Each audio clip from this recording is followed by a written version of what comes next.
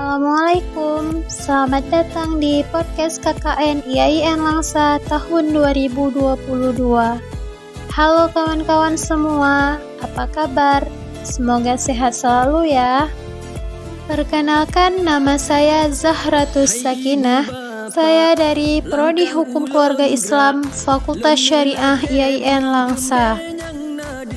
Nah, pada kesempatan kali ini saya mau mengajak teman-teman nih untuk membahas sedikit mengenai rangkaian-rangkaian adat Aceh yang dilaksanakan sebelum berlangsungnya pernikahan.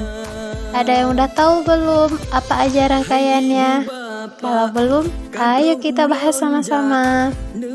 Seperti yang telah kita ketahui, Aceh adalah salah satu daerah yang kaya akan budaya dan adat istiadatnya yang masih sangat kental, serta menjunjung tinggi nilai-nilai keagamaan. Budaya yang masih banyak dilaksanakan di daerah Aceh salah satunya adalah budaya prosesi yang dilaksanakan sebelum berlangsungnya pernikahan. Sebelum berlangsungnya pernikahan di dalam adat Aceh, ada beberapa rangkaian dan tahapan dalam proses menuju pernikahan. Di antaranya ada cahra'u, selangke, dan ja'bat tanda. Yang pertama, kita akan membahas tentang cahra'u.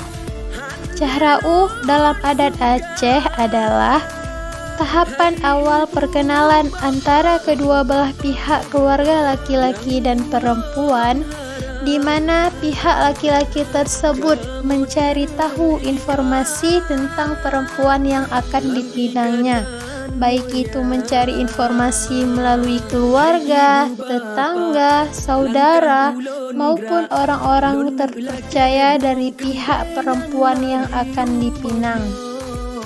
Selanjutnya, setelah proses cahra'u, di dalam adat Aceh ada yang namanya selangke, yaitu tahapan di mana orang tua atau keluarga maupun orang-orang kepercayaan keluarga pergi ke rumah perempuan yang akan dipinangnya dengan tujuan menanyakan apakah perempuan tersebut ingin dipinang oleh laki-laki tersebut, serta menanyakan jumlah mahar yang diminta oleh pihak perempuan apabila lamaran tersebut diterima pada saat proses jak selangke.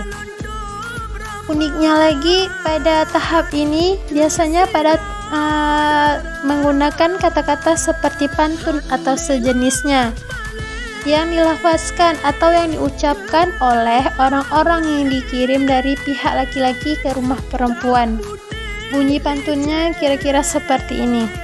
Tujuan lonjak keno ya opat bungong, long denga bak romohnya na bungong yang cedah tat warna. Pekeh long jetpet bungongnya, padum ne anak renyen kira-kira lon untuk lon pet bungongnya, yang artinya tujuan saya kemari adalah untuk memetik bunga atau untuk melamar, karena saya dengar di dalam rumah ini ada bunga yang cantik kali ataupun yang sangat cantik warnanya.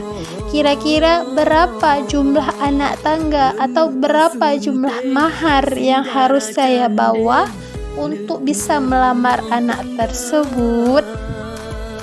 Nah, pada proses jak selangke ini, apabila pihak perempuan menerima lamaran tersebut, maka di saat tahapan ini langsung dibicarakan berapa jumlah mahar yang diminta oleh pihak perempuan dan menentukan jadwal lamaran serta membahas keperluan apa saja yang diperlukan pada saat ja'bat tanda.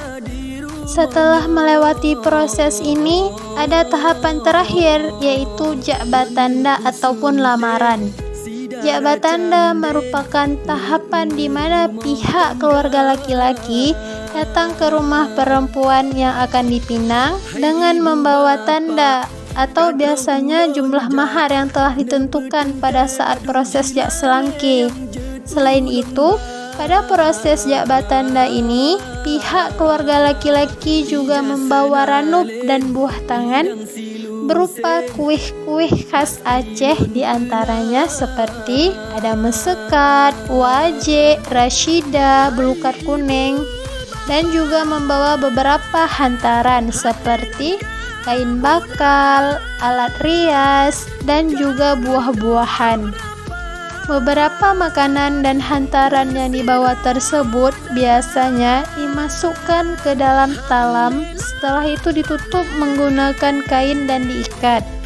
Pada proses ja'bah tanda ini biasanya mahar yang dibawa adalah setengah dari jumlah yang telah ditentukan, karena pada kebiasaannya sisa dari jumlah mahar tersebut diberikan pada saat pernikahan. Pada proses ja'bah tanda ini, kedua belah pihak keluarga laki-laki dan perempuan membahas tentang jadwal pernikahan, jumlah tamu yang diundang, dan beberapa keperluan yang harus disiapkan saat pernikahan, serta membahas tentang pengaturan sanksi apabila lamaran tersebut dibatalkan. Karena ada beberapa sanksi dalam adat Aceh, apabila perempuan membatalkan pertunanganan, maka pihak perempuan tersebut harus mengganti 2 kali lipat dari jumlah mahar yang dibawa saat lamaran. Dan apabila calon mempelai laki-laki tersebut yang membatalkan, maka mahar yang dibawa saat lamaran hangus menjadi milik si perempuan seutuhnya. Sanksi ini dibuat agar tidak ada yang menganggap remeh sebuah hubungan yang telah dibangun. Akan tetapi dengan seiringnya waktu yang semakin canggih karena perubahan zaman, banyak sekali adat-adat yang ternodai karena banyak yang mengikuti tren kebarat-baratan. Pada zaman dahulu, yang datang ke rumah pihak calon mempelai wanita hanya keluarga calon laki-laki saja. Tetapi pada zaman sekarang tidak jarang kita mendapati oknum-oknum laki-laki yang juga ikut serta datang ke rumah pihak perempuan. Bahkan calon mempelai laki-laki tersebut memasukkan cincin atau memasangkan cincin ke jari perempuan. Padahal itu sudah melanggar syariat. Dan bahkan kita juga tidak jarang kita temui ada beberapa oknum yang dengan bangga mereka foto bersama dengan dalih sudah ada ikatan pertunanganan.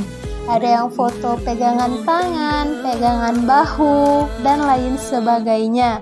Jika ditanya alasannya apa, maka tidak jarang mereka menjawab, ini kan udah zaman modern, ini kan udah nggak zaman dulu lagi.